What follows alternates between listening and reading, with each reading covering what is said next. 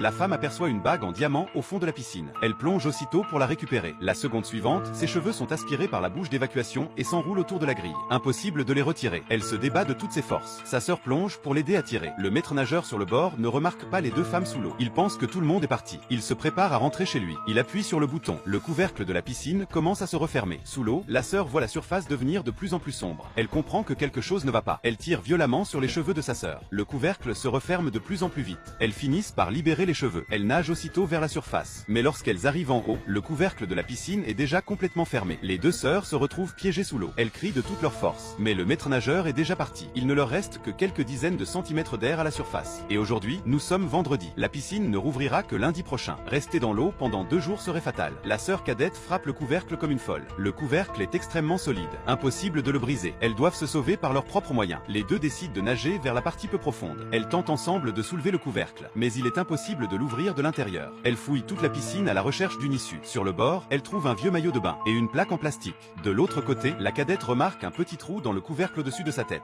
Le trou est trop petit, même une main ne peut pas passer. Impossible de l'agrandir. La sœur utilise la plaque en plastique pour tenter de percer le trou d'aération. Sans aucun résultat. À ce moment-là, le fiancé appelle. La sonnerie retentit. Le téléphone est tout prêt, mais elle ne peut pas répondre. Elle replonge dans la zone profonde. La sœur enlève la bague en diamant offerte par le fiancé. Elle remonte pour reprendre de l'air, puis redescend. Elle attrape la grille d'évacuation à 2 mains, tire de toutes ses forces vers le haut. Le couvercle bouge légèrement, mais ne se détache pas. La nuit tombe. Les lumières de la piscine s'éteignent automatiquement. Les deux sombrent dans le désespoir. Soudain, Un bruit se fait entendre à l'extérieur. C'est le dernier agent d'entretien. Les sœurs hurlent sous l'eau. Elles frappent le couvercle de toute leur force. L'agent d'entretien remarque enfin quelque chose d'anormal. Elles appellent à l'aide depuis l'eau. Mais l'agent commence à fouiller leur sac. Vont-elles vraiment être sauvées ?